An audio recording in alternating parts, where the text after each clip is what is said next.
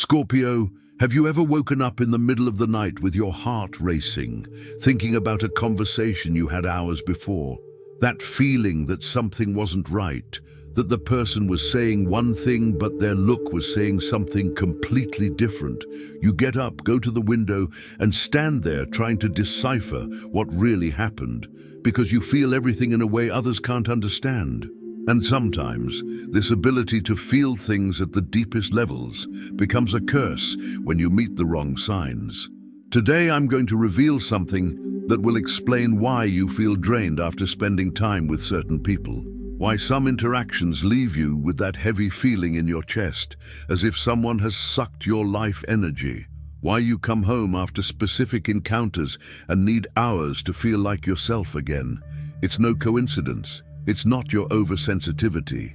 There are 3 signs in the Zodiac that are specifically toxic to your Scorpio essence, and one of them is devastatingly more dangerous than the others. What I'm about to share isn't based on superficial astrological generalities. It's based on the real energetic chemistry that occurs when certain frequencies collide. It's about how some signs can create a distortion field around them that confuses your natural instincts, messes with your discernment, and makes you question your own perception. And the cruelest part, these signs do this without even realizing it. For them, it's automatic, natural. They don't even know the damage they're causing to their deep psyche. Scorpio, you were born with an ultra-sensitive emotional radar.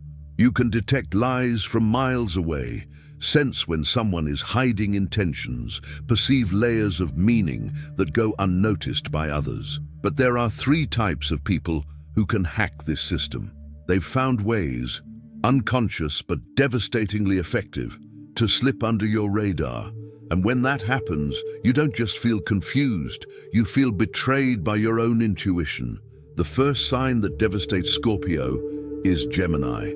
Not because of conscious malice, but because of the way they operate mentally. Gemini lives in multiple simultaneous realities. For them, a conversation can have 3 different meanings depending on the moment, mood, and context. They change their minds as easily as they change their clothes, and this creates a psychological hell for you, who need emotional consistency to feel secure. When you talk to a Gemini, your Scorpio mind tries to map their intentions, create a psychological profile, understand their deep motivations. But it's like trying to hold water in your hands. By the time you think you've figured it out, they've already changed, not because they're being deceitful, but because they genuinely exist in multiple mental states. For them, this is natural. For you, it's torture. You wonder, am I going crazy? How can the same person be so different from one conversation to the next? What hurts most is that Gemini doesn't even realize what they're doing to you. They see your need for depth and consistency as unnecessary intensity. When you try to deepen a conversation, they divert to superficial topics. When you seek real emotional connection, they make jokes or change the subject. It's not that they don't like you. It's that they operate on a completely different frequency than you, and this difference eats away at you from the inside. The second sign that silently destroys you is Sagittarius. The toxicity here is different, more subtle, more cruel. Sagittarius has a way of making you feel small without even realizing it. They live in a constant search for new experiences, broad horizons, exciting adventures.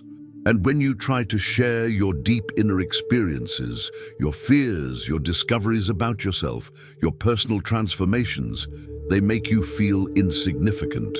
Sagittarius doesn't do this consciously, but to them, their intense inner world seems limited, small, too dramatic. They can't understand how you find entire universes within a single emotion, how one pain can teach you things 1,000 journeys couldn't. For Sagittarius, growth comes from external experiences. For you, it comes from internal dives. And when these 2 visions collide, you always emerge diminished. The worst part is that Sagittarius has a way of talking about their adventures and experiences that makes you question whether you're living right.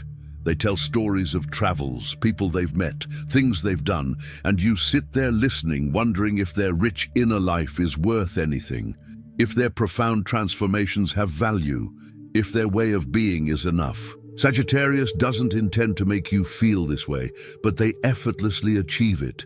Scorpio, I know you're there, identifying with every word I'm saying.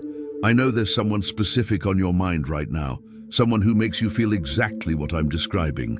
And I also know that you've been carrying these feelings alone for a long time, thinking that maybe you're the one who's wrong, that you're being too sensitive. Tell me in the comments, yes, I feel this, and it's not just me, if you recognize these patterns in your life. Your courage to identify will help other Scorpios realize they're not alone in this silent struggle. How many times have you felt crazy for noticing things others don't? How many times have you questioned your own sanity because your sensitivity picked up on nuances no one else seemed to notice? Right below, because I know you need to be heard and others need to know you're not imagining things. You are the Zodiac's natural lie detectors, and that is a gift, not a curse. But it's the third sign that truly devastates you in ways you can't even fully name: Aquarius. If Gemini confuses you and Sagittarius diminishes you, Aquarius freezes you inside. Aquarius's toxicity towards Scorpio is the most profound and devastating because it strikes right at your most vulnerable point, your need for real emotional connection. Aquarius operates from a mental and intellectual place that is completely inaccessible to you. They can discuss the most intimate topics as if they were theoretical problems. They can talk about love, pain, death, betrayal, as if they were analyzing scientific data.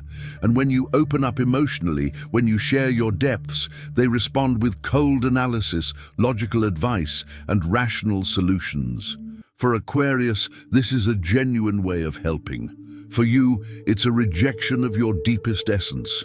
It's as if they're taking your heart in their hand and examining it as if it were an interesting specimen, but one that doesn't evoke any real emotion. They don't reject you out of malice.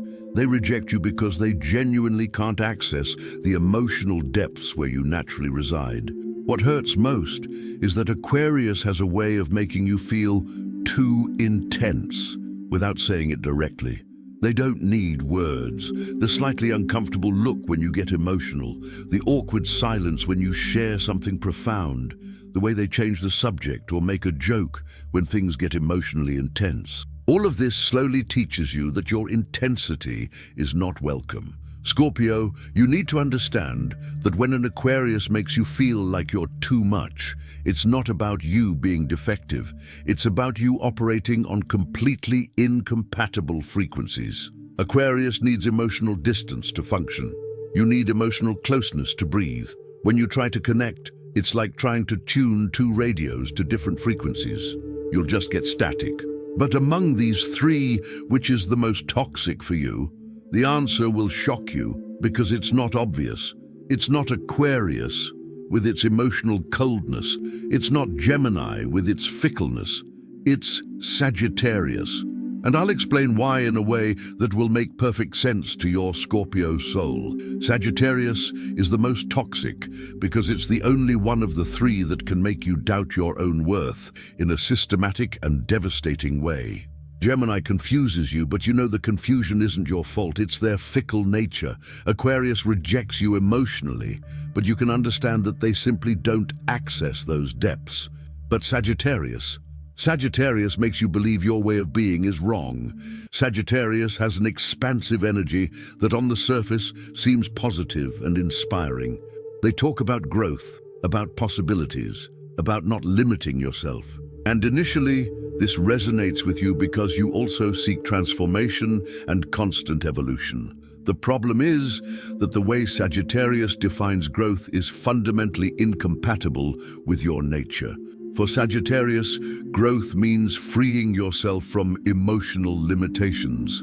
It means not getting attached. It means maintaining a lightheartedness in all situations. And when you show your natural depth, your need to dive deep into experiences, your tendency to transform pain into wisdom, Sagittarius interprets it as stagnation, as attachment, as limitation. The cruelest thing is that Sagittarius has a way of presenting this view as if it were superior spiritual wisdom. They talk about letting go, about not holding on to the past, about keeping it light, and make it sound as if you're spiritually inferior for needing to process experiences deeply. They don't directly tell you that you're wrong, but they create a context where your natural way of being seems heavy, dense, and unevolved. And here's what's most devastating. You start to believe it. You start to question whether your intensity is truly a problem. If your need to transform painful experiences into growth is just a way of clinging to suffering. If your ability to feel things at the deepest levels is a limitation rather than a gift. Sagittarius can plant these doubts in your mind without you even realizing it. When you're with a Sagittarius, especially in close relationships, you slowly lose confidence in your own nature. You try to become lighter, more detached, more positive. You stifle your inner self to fit the growth model Sagittarius considers ideal, and in the process, you lose essential parts of who you are. Scorpio, your depth is not a flaw that needs to be fixed. Your intensity is not a problem that needs to be solved. Your need to transform experiences into wisdom is not attachment, it's alchemy. You have the ability to take the basest metals of human experience and transform them into spiritual gold. This is not a limitation, it's a superpower. But Sagittarius can't see this because they operate on a completely different frequency. For them, growth is horizontal, more experiences, more places, more knowledge. For you, growth is vertical, more depth, more understanding, more inner transformation.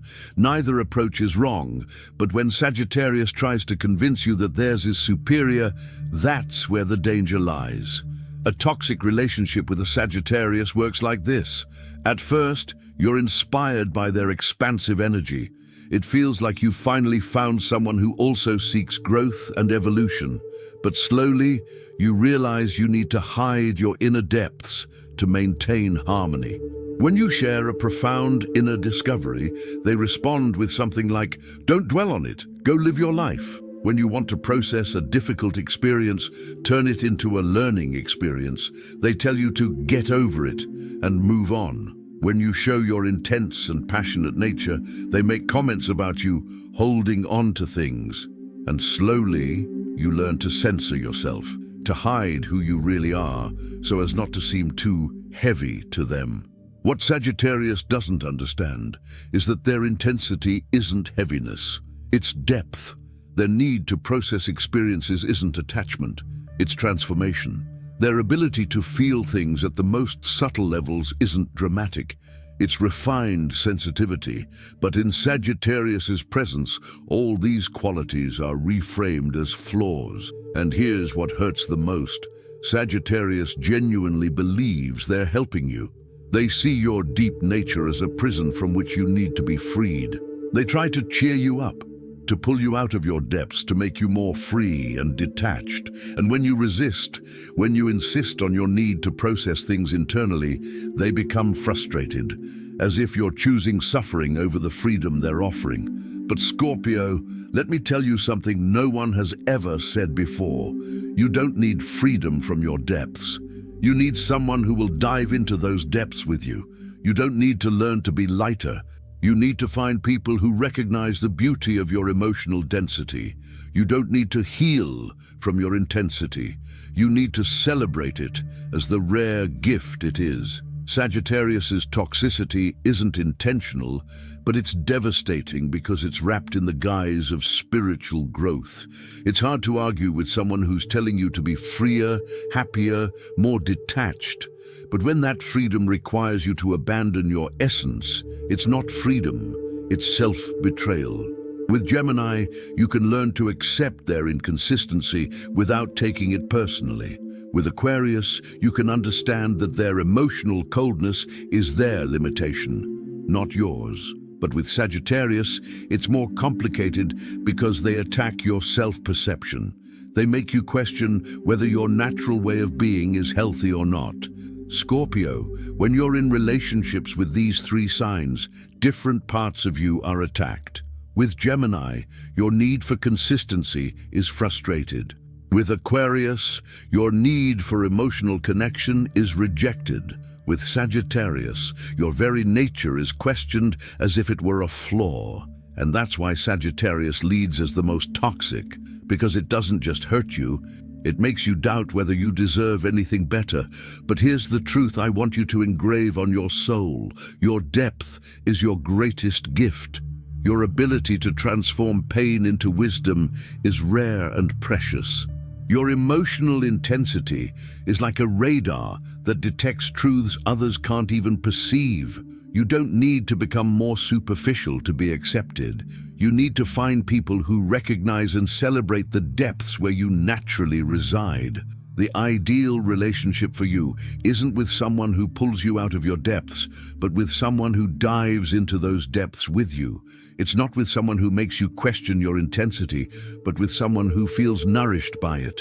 It's not with someone who tries to cure you of your nature, but with someone who recognizes that nature as sacred. When you understand the specific toxicity of these three signs, you stop taking their reactions as a reflection of your worth. Gemini can't give you the consistency you need. It's not that you don't deserve it. Aquarius can't give you the emotional depth you seek. It's not that you're too intense. Sagittarius can't value your deep way of being. It's not that you're living wrong. Healing doesn't come from adapting to them. It comes from recognizing that certain energies are fundamentally incompatible with your essence, and that this is information, not a personal flaw. It comes from consciously choosing to surround yourself with people who not only tolerate your Scorpio nature, but are nourished by it. Scorpio, you are like a diver in the emotional depths of the human experience. You find treasures where others see only darkness.